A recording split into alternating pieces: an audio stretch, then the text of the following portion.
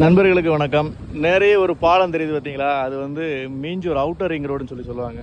வண்டலூர் மீஞ்சூர்லேருந்து வண்டலூர் போகிற ரோடு. அது கீழே தண்ணி வருது பாருங்கள். இது வந்து பார்க்குறதுக்கு ரொம்ப அழகாக இருக்கும். உள்ளூர் மக்களும் சரி, வெளியிலேருந்து நிறைய மக்களும் வந்து தண்ணி குறைஞ்சதுக்கு அப்புறம் அங்கே வந்து மீன் பிடிப்பாங்க, குளிப்பாங்க.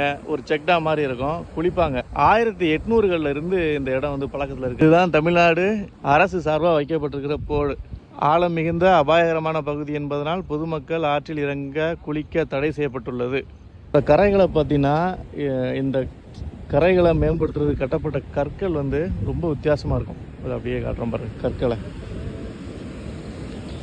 ஒரு மாதிரி இரும்பு கல் மாதிரி இருக்கும். இந்த கல் எப்படி இருக்கு பாருங்க.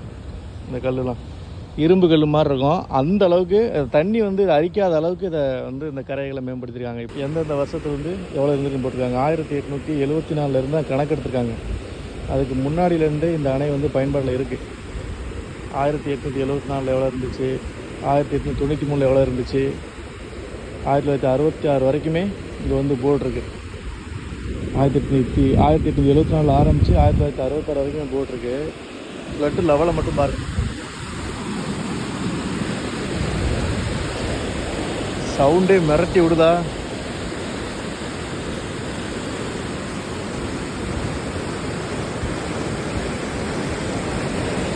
வாட்டர் லெவல் கம்மியாயிடுச்சு அப்படின்னா இதில் இருந்து அப்படியே குளிப்பாங்க. இதுலேருந்து அந்த கடைசி வரைக்கும் குளிப்பாங்க, கீழே குளிப்பாங்க.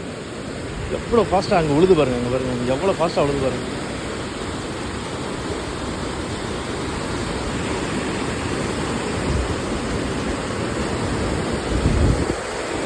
நிறைய மக்கள் வந்து நான் சொன்ன மாதிரி தண்ணி குறைஞ்சிச்சுன்னா வந்து குளிப்பாங்க, மீன் பிடிப்பாங்க.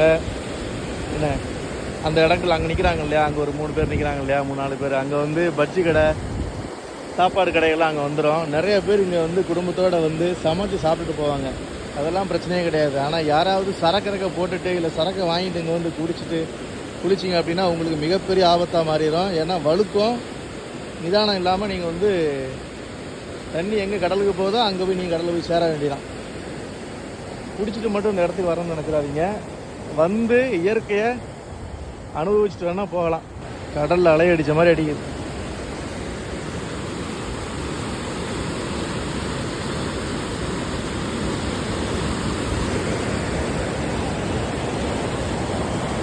நார்த் மெட்ராஸில் இல்லை சென்னையில் இருக்கிறீங்க அப்படின்னா மழையெல்லாம் குறைஞ்சதுக்கு அப்புறம் இங்கே நீர் வரத்து கம்மியாக இருந்தது அப்படின்னு கேள்விப்பட்டீங்கன்னா வந்து குளிங்க. மற்றபடி இந்த இடத்துக்கு வராதிங்க. ரொம்ப ஆபத்தான இடம். நண்பர்கள் யாராவது இதுக்கு முன்னாடி வந்திருந்தாலும் மறக்காமல் கமெண்ட்ல சொல்லுங்கள்.